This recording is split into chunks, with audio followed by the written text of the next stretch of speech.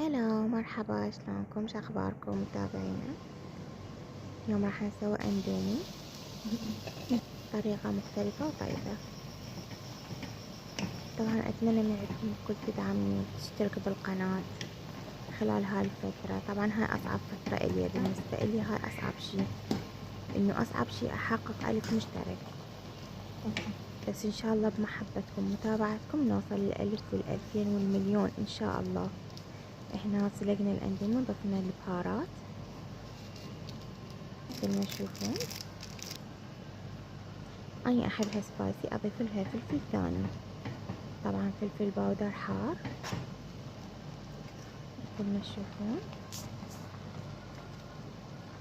ترى اللايك واللايكين ما يأثر عليكم يعني اللايك المشاهدة كاملة للفيديو يعني ما تأثر، ترى دقيقة ودقيقتين من وقتكم.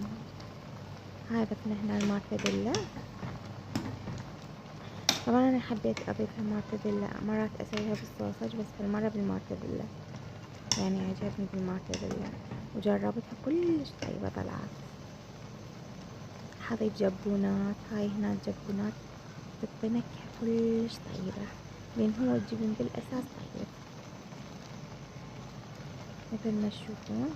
ما راح أخليه يموع هواية كلش، لا أنا أحبه يعني مبين وحدات مثل ما تشوفون انتو.